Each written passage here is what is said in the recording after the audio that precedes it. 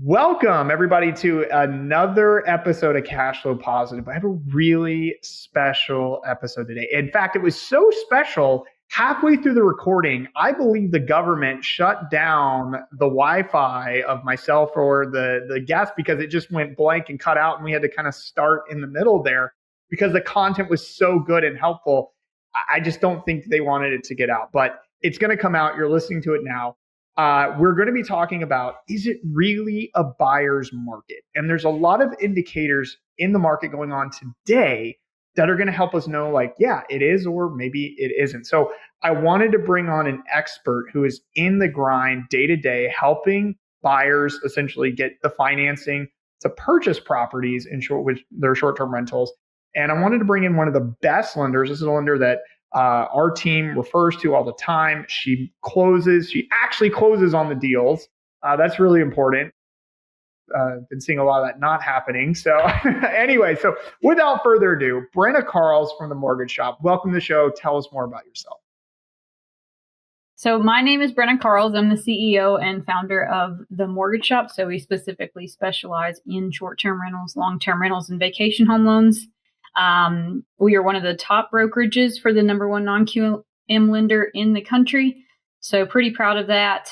We've been open almost 4 years now. And yeah, our business is 99.5% investment loans. And we've closed over 600 million so far in volume, in loan volume. So pretty proud of that. And that's the business side. And besides that, we're about to have our first baby. And before that, I was a professional singer. So that's a little bit about me. A lot of stuff packed in there. So we're going to have a song. Brenna's going to sing for us and tell us some stories. So anyway, Brenna, when are you due? Probably in about 4 weeks from the time we're recording this. So around the second week of July. All right. Congratulations again. This is Brenna's first child. So it's very exciting. Take a good look at my face right now because it'll probably age a little bit. Yeah. We'll see. Yeah. Anyway, so this will be the last time we hear from Brenna for a few months. And then, yeah, she'll be a different person. But anyway, yeah, you have that. I'll just say, like, for those listening, she still has that like young vigor in her face, and there's obviously, like, she's not sleep deprived yet. So, so live it up, Brena. You don't know how good you have it right now. Anyway, well, cool, Brena. So let's talk markets, STR investing. I saw a recent statistic that I thought was interesting. I don't even know, is statistic or just data point.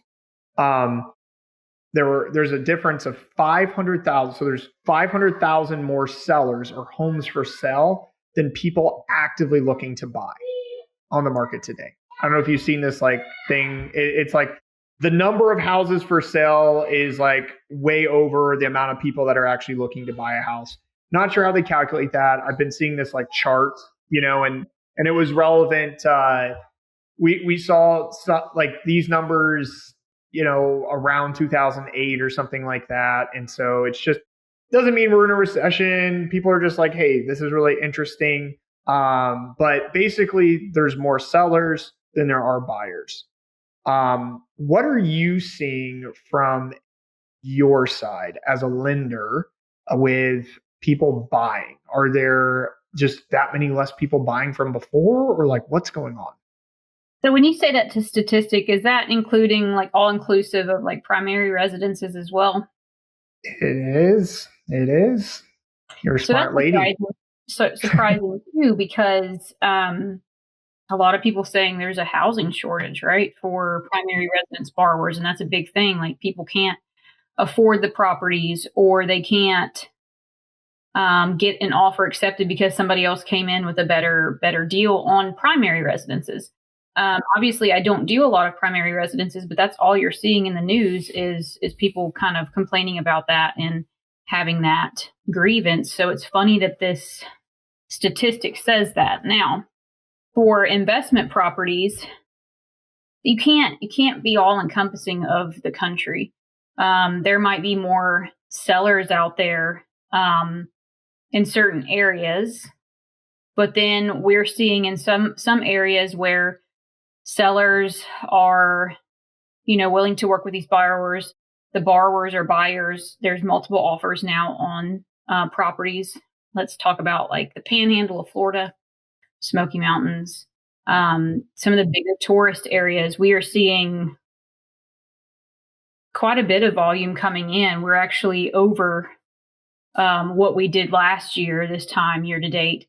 So I'm not sure where those statistics are coming from, but for us, we are busier than we have been in the last 2 years. That could be coupled with rates slowly trickling down. And by slowly, I mean we're better in interest rate on these investment loans by over a point or 1% than we were last year.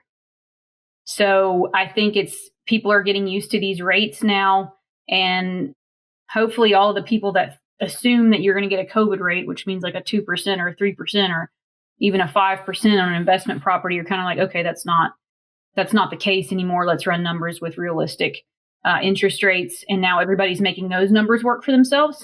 And so that's why we're seeing more clients come in and purchase these properties. Sure. That makes sense. I think, so there's another fun fact. Florida, the Florida housing market is seeing about a 20% dip year over year in price. Do you know why? Well, I have some ideas, but go ahead. It's because of the insurance. Yes, that's a big piece of it. Yep. Homeowners insurance for Florida has gone up tremendously. These insurance companies are struggling, and they don't want to cover these properties with flood and wind and everything because of the hurricanes. I think we're going to see in the next 5 years probably I wouldn't say a destruction, but the fall of insurance companies and what they have to abide by, because we are seeing a lot of natural disasters in California, North Carolina, Florida from the hurricanes, and these insurance companies just aren't holding up their end of the bargain because they don't have the funds to do it. So if they don't have the funds to do it, they're increasing everybody's premium now. And these people are wanting to sell their properties because they just can't afford the premium. So they'll start dropping their prices a little bit in Florida. So if you can make the numbers work with an insurance policy, do that. I'm going to give people that are listening a helpful hint. If you currently own a property in Florida, this is what I did, because I do. And each year my insurance policy goes up quite a bit. But a lot of them will say, we just can't insure your property. We just can't do it anymore. And they did that to me the year before last. So what I do is I go to the insurance company's website and I look at their mission statement, and then I email them and I reiterate their mission statement. It says, like, trying to help people, cover their homes in a safe way where they feel confident in what we do. I don't know, something like that. And then I reiterate that back to them and say, I have made all improvements that I've needed to make to my property. I've maintained insurance. I haven't been late on any of my payments. You say that you want to help people in this area feel safe and confident in what you can offer, yet you're trying to pull the rug underneath me. That's not your mission statement. And then they actually came back and said that they would continue to insure my property. Oh, wow. So just for $20,000 more, right? Yeah. Like, I think it went up like $3,000 a year. But you still have insurance on your property, right? And I bought at a time where my property has appreciated so much. I bought the first year we opened, so 4 years ago, that I still can make the numbers work for myself. But some people with the insurance policies down there, they just can't anymore. And that's why they're selling. I wonder if there's ever a world. I've started to hear people doing this, and I'm not encouraging people to do this, but I've heard this recently where people are saying, look, the cost of the insurance just doesn't make any sense. I'm going to self-insure, and I'm going to have the discipline. I know, right? Your eyes are like, holy crap. Where I'm basically going to just take the money I would pay for insurance and just put it into a separate account.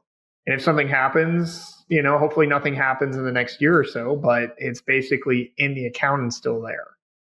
So I've talked to a few people who have deeper pockets who are willing to do that because they see insurance as like the costs are just going, and then what they're covering just really isn't worth it. It's like you're still going to come out of pocket to help build back the house if it gets leveled, and so it's like we can afford to do that, but I would rather just take that money and have that money than just overpay an insurance company. So I wonder if that will start to increase as these insurance companies start to potentially even uninsure properties, like you were mentioning yours as well. Like you can't even find insurance, so you have to self-insure now. Does that change things? So that's really interesting. I would like to say really quick on that. If you're considering that, the thing is, we all hate it, right? We all hate to pay car insurance. We all hate to pay health insurance. We all hate to pay homeowners insurance. And we're literally just doing it to, save ourselves if something happens, right? You have to be very careful with that because you're not just, okay, here's the $7,000 in policy that I have for I'll save that to the side. You need to save, $100,000 to the side or more, because what if you have a fire? What if you have guests that are in your house when that fire happens? What if one of them dies, unfortunately? One, your house is burnt to the ground and you still have to pay your mortgage. So I don't know if you guys know that yet, but for the natural disasters, you can file for forbearance, but while insurance is working on it, you still have to make on-time payments for things like a house fire. And then if people sue you, you're done. I'm going to give an example. Somebody flew, so my husband's a pilot, and they were flying a plane, and they had people in the plane, and it wasn't even his plane. He was just flying it uninsured. He said he was insured. He was not. And he forgot to put down his wheels when landing at our local airport and crashed into this huge hangar building. There were injuries. Everybody walked away alive, but he's in jail because he didn't have insurance. And so that could happen to you. So it's not worth it to not have insurance. And also, if you have a loan on your property, they will get notified as soon as that insurance is pulled, and they will force place insurance on you if you don't have it, or they'll call your note due. So all of those things you have to consider with insurance. Unless you're just a multimillionaire and you own it free and clear, then there you go. Yeah, which there are a few in our space, but yes. So anyway, just an interesting thought as times change. And as you mentioned, insurance companies change and their policies and whatnot. But and maybe we're passing the golden age of what you could get covered for. Who knows? Especially with lawsuits and things like that being very expensive. And yeah. Okay. So the other statistic that I'm seeing too in the marketplace is that the average listing, the median listing or days on the market, is at 56 right now and climbing. So properties are sitting much longer. They are quote unquote dropping in value, and especially in certain markets over other markets. And then the other one is there's a lot more inventory. Okay. However, I want to circle back because you kind of spoiled the fun for me, but it all ties in together. So when we're looking at these statistics, they are not short-term rental statistics. They are residential real estate statistics. The problem with that, though, and someone, I'm sure people listening were like, well, what are the short-term rental statistics? We don't know. We can't know because it's just housing as a whole. Right. But therein lies the benefit. Because if the residential market, if there's all this doom and gloom around residential real estate, and short-term rentals are not considered a separate asset class, they're considered residential real estate, a buyer can take advantage of that. Meaning that prices of homes, sellers are going to think, well, it's a buyer's market. My property is going to be listed for longer. I want to sell it. I want to get rid of it. So I'm going to drop the price down. I'm going to be a lot more negotiable. And so this the fourth statistic I want to provide right now is that 2 out of 5 homes sold on the market today, it's at a record high, are seeing some sort of like credit or seller concession or price drop, like in part of the deal. And so I guarantee you that's much higher with short-term rentals. However, on the flip side, if somebody is selling a really good potential short-term rental, it ain't sitting on the market for 56 days. It's going like now. But my argument right now is that because of the pressure, the downward pressure on the residential market, it's giving buyers an opportunity to find deals and take advantage of that. Even though the short-term rental economics are slightly different, it just isn't considered different by banks. What say ye? Yeah, so I mean, first let's go back to the days on the market. So these investors are becoming more savvy, right? We have to look at what people were buying in 2020, and everything made sense because interest rates were 2%, 3%. They didn't have to know what they were doing because they would just make some income and it'd be fine. We're seeing the repercussions of that because they either got in on an arm rate and now it's going back to market.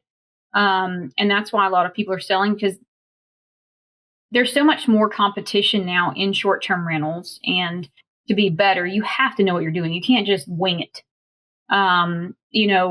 We had a huge year in 2020 and people are just winging it. We didn't have these people teaching them how to do things, revenue management. We didn't have STR insights. And you still had to bring your own linens and sheets to some of these. Oh yeah. Yeah. Like there was no high end. It was just like, okay, here you go. Yeah. Like it or leave it. There's a Walmart down the road. Get yourself some toilet paper. We got you one roll if you need it. Just throw it to the next person, down the hall. So now all of these people are becoming sellers because they can't keep up, or they don't want to keep up. They wanted it to be passive. And I know we talk about, I'm going to do a segment soon on passive income. If you really want to be successful at something, there's nothing that's passive. You have to work on it. You have to go into price labs and make sure the train doesn't derail. Like you have to do all that stuff. A lot of people are not willing to. They just wanted it kind of to make money for itself, and it's not doing that anymore. Hence why there's a rise of revenue managers now. Right. And then on the other spectrum, buyers, they're smarter, or they're experienced, and they're not just gonna go under contract. Especially, let's give North Carolina, for example. You don't get your due diligence. They have due diligence money there. You have to pay that, and you just don't get it back. Like, even if the inspection comes, but you still just don't get it back, which is crazy to me. But there's states like that. And so people are being really careful, and that's why they're longer on the market, because they're waiting for that inspection to come back to see if they want to continue with the deal. Then they might get out of it, and then that property is still on the market because they feel like they found a better market, or they're working with you where you're like, this one's good, this one's really good. They're in between 2 states, let's say, or 2 properties, and that inspection comes back on the first one again, and they're like, nah, let's just go with this other one. It's a safer bet. They have inventory to choose from now versus back then they didn't. And so that's why all of that combined is the reason why there's longer days on the market. Was that what you wanted me to answer? I lost train of thought. I was just like, what are your thoughts? And those were your thoughts. I love it. So yeah, I just think that right now, especially with the changes, like it's more of like sentiment rather than like actual like reality, even though but remember, there are more houses for sale than people looking to buy, but that's all residential real estate. So in terms of like short-term rentals, there are probably less people than there were a few years ago, but there's still a lot of people, especially with potential bonus depreciation going back to 100%. I think that's just going to explode through the roof as people procrastinate to the end of the year. And that's another point I want to make too, is if it's probably going to happen. That 100% is probably going to go through. I don't want to say like 100% because we got to the same place last year, but I think there's a little more pressure this year. We're going to find out in like a month. So I think the goal, like Trump was like, on July 4th, I'm going to be signing this bill. Exactly when I have to have my baby, and then if it goes through, then everybody's going to come to buy, and I'm like, okay, thank you. You're going to call them bonus depreciation or something? Yeah. You're going to call it bonus will. Yeah, there you go. Oh my goodness. But yeah, so if 100% comes back, you're going to have an influx, even further influx of buyers in the short-term rental space to offset W-2 income. And that's huge. So let's talk about that for a second. I'm going to talk about the difference between that type of buyer and the one that's wanting to cash flow really well from a property. So you can be both, but there's kind of essentially two types of people, and depending on their income bracket and what their goal is. There's some that really want to quit their W-2 job and replace the income with their cash flow from their short-term rentals. There are others. Like for me, I'm just going to be honest with y'all, and y'all can, throw stones at me, but I don't like hosting on Airbnb. It's not my bread and butter. It's not what makes me money. I help other people get those properties to help them quit their W-2 jobs. But for me, I literally do it for the tax benefits and appreciation and handing down a legacy to my family. There's that type of buyer. They are going to be more difficult to deal with the seller because they know what they want. They know what they want to write off on their tax return, and they don't care. They're just like, I need this. And so for my taxes, either take it or leave it, right? If not, I'm going to find something else. So they may be a little bit more, less lenient with the sellers. If these people, because they're, people that are doing the bonus depreciation thing and just doing it because of that, they're higher income earners because they need to do it to offset their taxes, right?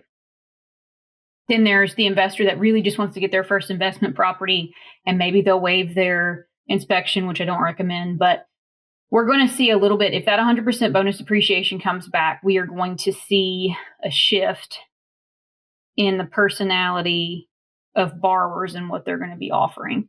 So I think continuing on, it's still going to be a buyer's market because there will be a little bit less inventory with that.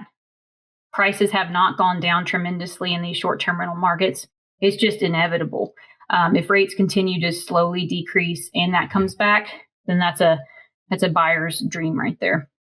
Yeah, sorry, were you? I don't want to.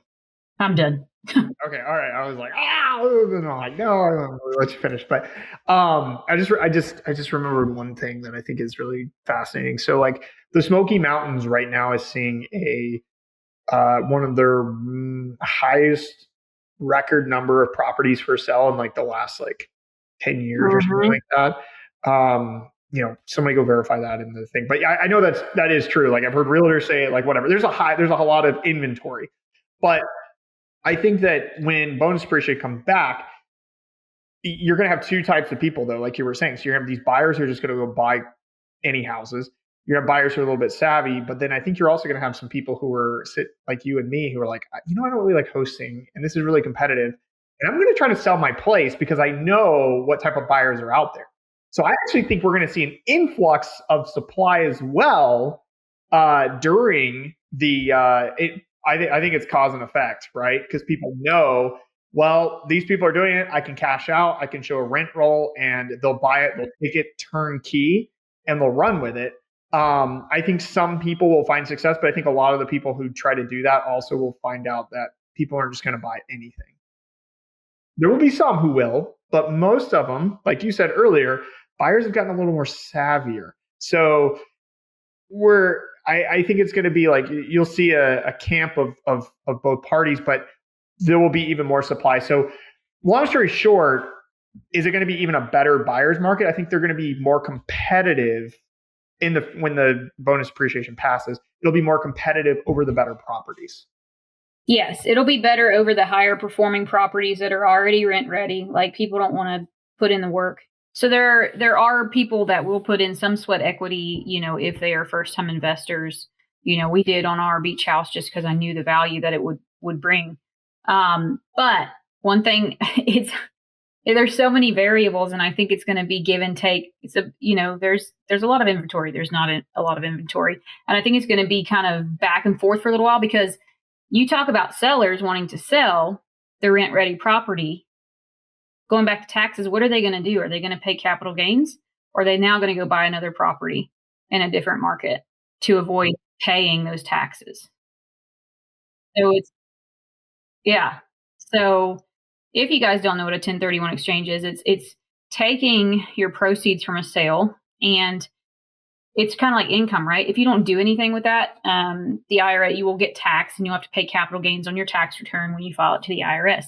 However, if you take those funds and put it into another property, that's known as a 1031 exchange, and you don't have to pay taxes on those funds because now it's in another property that you own. Kind of like refinancing. If you do a cash out refinance, you still have a loan on that property, so you don't have to pay taxes on that. So it's going to be very give and take, I think, for the next couple of years. It will help tremendously with the 100% bonus depreciation. But again, how many people are just wanting to get out of these investment properties altogether and they don't care about paying capital gains? How many are just wanting to get out of the market they're in, such as the Smokies, and getting, invest into maybe an up and coming market? It's just, we don't have that data to know, So I think it's just going to be give and take for a little while. So in my opinion, between now, it's June. This episode is going to come out middle of June. So middle of June until September is probably one of the best times this year to purchase. And the reason why is because, number one, we don't know yet about bonus depreciation coming out. So you have people on the sidelines waiting, for that. So they're not even in the game. And then number two, with all the uncertainty in the market right now, I think it's a tremendous opportunity to take advantage of, downward pressure and things. It's just scary. We've had a few clients just tell us, hey, we're on pause right now because we're not sure what's going to happen. And I understand the sentiment, but at the same time too, it's like when everyone's like selling, you're supposed to be buying. You know what I mean? Like it's like the stock market this year, when everyone was like, oh, the stock market's down, it's lost so much, my retirement's over. And it's like, were you going to retire tomorrow? No, you're retiring in like 20 years. So chill out. Yeah. Like, don't like it. But then it's like, you complained. I just had another client do this recently, and it's just, you're complaining that the prices are low right now. Yeah. And the market's like going down, it's tanking. And it's like, well, it's not going to zero. And so when are you going to buy? They aren't. That's the same people that during COVID that said the market was going to crash. Now, granted, they did think that at first because nobody could go into work. And they're like, the market's going to crash. It's going to crash. It's going to crash. And then it kept going and kept going and kept going. Then interest rates started to creep up. Then their excuse was, well, interest rates are up now. And here's the thing. Investment in general, whether you're investing in stocks, whether you're investing in Bitcoin or real estate or gold, it is a risk. That is why it is investing. Investing is always a risk. Real estate, over the past 30 years, has been shown to be the less riskiest out of all of your investing methods, with stocks, with S&P 500, anything like that. So you either want to invest or you don't. Because to be a true investor in something, you know that there is risk and you accept that risk. If you don't, and you're always making these excuses, then move aside and let us, people that want to invest, and stop wasting people's time. And I know that's very harsh to hear, but you have to be honest with yourself and say, am I making excuses? Or is this house going to make me more money per month than I'm currently making and moving the needle towards my long-term goals? And 100% agree with that. And I think too that you can't be in a position where if this goes wrong, your life is over and ruined. Like you can't, this is not the space to do that in. Like vacation rentals, like that is a luxury. Like if you're able to afford to buy a vacation rental, I'm not going to quote some made up statistic, but I'm assuming you're in the top, I would say probably top 10% of the population in the United States in terms of wealth. And if you're like, I have $100,000, like, okay, you can afford a vacation rental and you're in the top 10%, like at least. It might be high. It might be even like higher than that. So, or I guess lower, but the reality is like this is a luxury type of asset class, type of investment, I should say. And so you should never be putting yourself in a position where it's like make or break. And I see a lot of people like that because they heard a story about someone else and, I was able to leave their job. And I'm like, I hate my job and I hate my life. And it's like, yes, but like build up through other ways, Yeah. So you can't just quit altogether because you hate, like you have to work towards it. I mean, it's life, right? If all of us loved our jobs, like the W-2 jobs, y'all wouldn't have to invest in real estate. Because, let's go back to the American dream in the 50s. It's to be able to afford things, but also spend time with your family. And that's the most important thing. But yeah, people come to me and they're like, well, is 3 months enough for reserves for my mortgage payment? I'm like, I mean, this guideline, technically, yes, on this one guideline, but in my opinion, you should have at least 6 to 12 months. So anytime I buy a property myself, I always have 12 months reserves, or 16 months, myself for that monthly mortgage payment. You have to consider expenses. You have to consider, I'm going to give Montana as an example. In Yellowstone, that bridge, was it 2 years ago, flooded, and you couldn't get in or out for like 3 months. And there were no rentals. There's no rental income on that. Now, insurance, there are insurance policies that might pay you rent loss coverage and stuff like that, but you want to be prepared. Especially, let's say your HVAC goes out, your toilet starts spewing water out of the toilet at the same time. I actually had water coming out of my light switches on my wall a couple years ago in my beach house. And yeah, you have to be prepared for that kind of stuff because that's the stuff that you do have those reserves for. You just have to be smart about it. Yeah, I agree. Don't go out. And no one talks about holding costs, never. So I never see in the pro formas. I never see it. I never hear it talked about. Like, I'll see some, I'm not going to pick on any designers here because it happens across the board, but I'll see some beautifully designed properties. And I'll talk to or they're like a client and I'm like, yeah, that took 6 to 8 months to do. I mean, there's one person I know, it's 12, it's a year. They're still not done with it yet. And it's one of the, so they're not making any income on that property. Exactly. And they're paying them. They're not calculating that into their returns. I mean, if you think about it, like let's say at minimum, this is minimum here, you've got a mortgage of $5,000 a month. Okay. That's a pretty inexpensive house today, especially for a short-term rental. Okay. And I'm not going to take any utilities or taxes or insurance or anything else. I'm just saying $5,000 a month. So in 1 year, that's $60,000 in just mortgage payments. Not including the design costs. And that's where I'm like, I don't get, this is could be a whole nother podcast. I just don't get, I get the need of design. I get it to be more profitable. Even a finance person, I don't know how you put that much into your spreadsheet of where you're, like, how you break even. Like, I guess it's different for everybody, but for me, I'm more conservative with that. Maybe I'm just not that type that will ever have one of those huge super properties that have all of that. And I invest in smaller markets that I know that I'll appreciate in equity. And that's just my style. And it's not for everybody, but it gives me anxiety. That just gives me anxiety as a whole. Not being able to make revenue, plus trying to figure out where that counters in at, as if it's your ADR, if it's your appreciation, all that stuff. Yeah, and I see these properties make, it's going to make $300,000 or whatever, but okay, cool. And you're going to net $100K, but literally you lost in holding costs $60,000. Yeah. You didn't calculate that in. You really netted in your first year $40K, if you know what I mean. And now it looks like an average investment. Mm-hmm. So and then we could go into the fact of like Does it actually improve the true value of the home? Did it build equity? All this good stuff. And did you actually, here's my thing is this, did you actually cash flow that? Did you actually net that?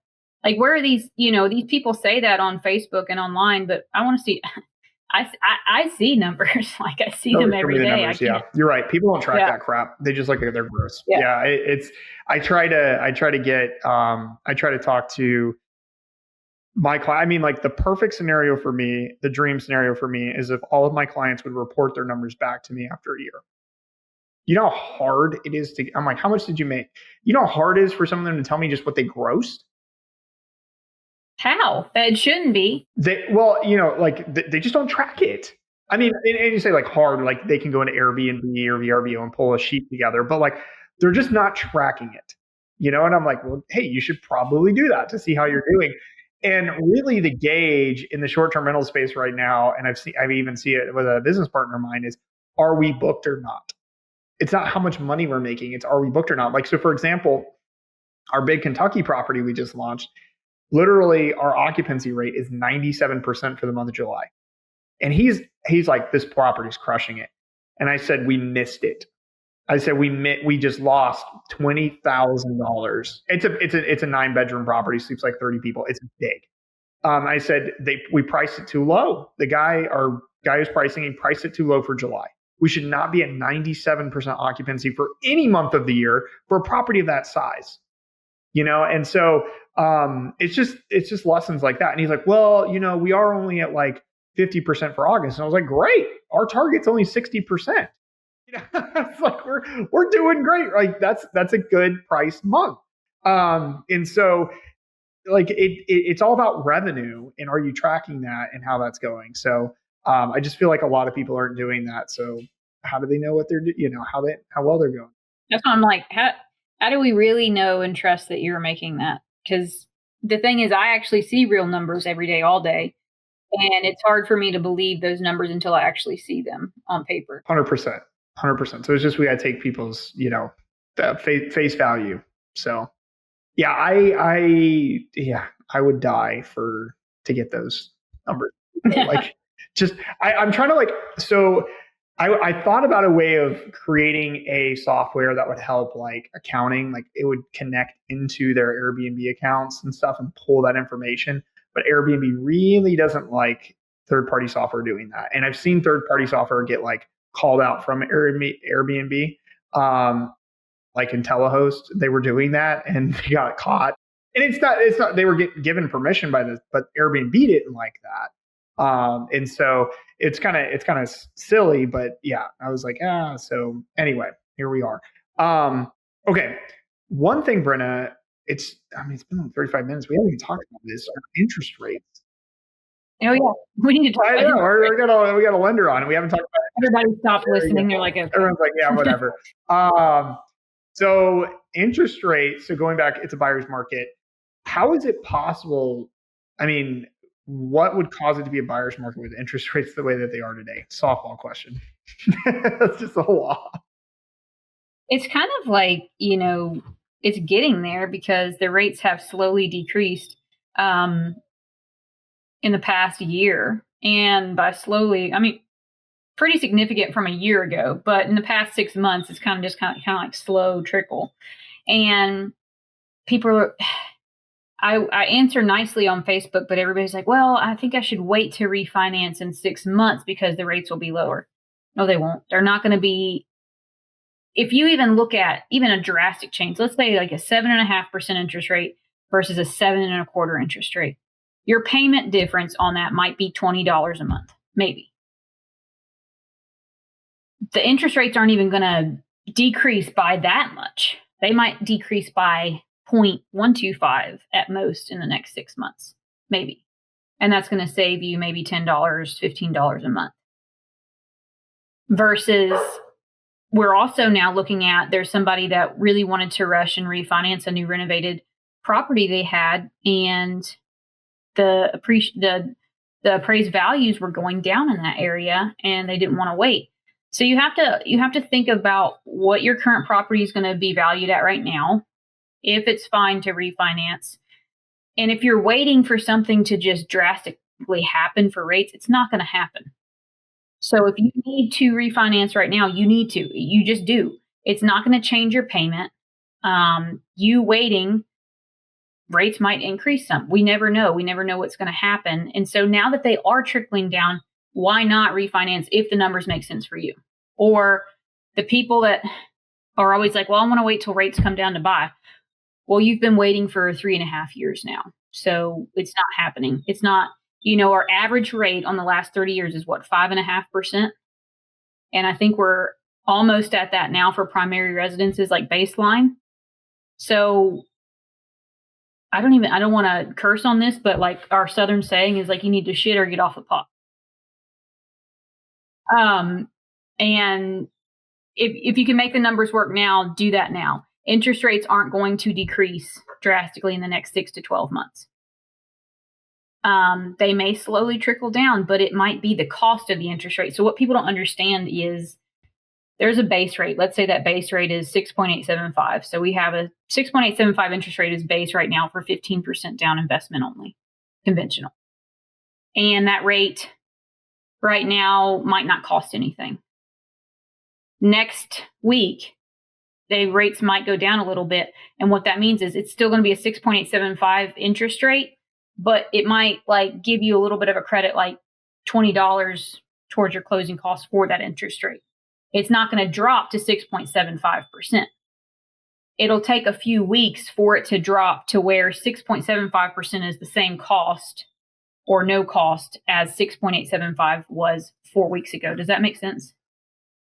So you have to drastically change the market for it to even drop, because there's the interest rate and then there's the cost of the interest rate involved. So you have to have that cost drastically decrease for that rate to decrease as well. And I know it's complicated to listen to that without seeing actual numbers, but there's a lot that goes into it for interest rates to decrease by that much for you to see a particular difference in your monthly payment. That makes sense. Makes a lot of sense.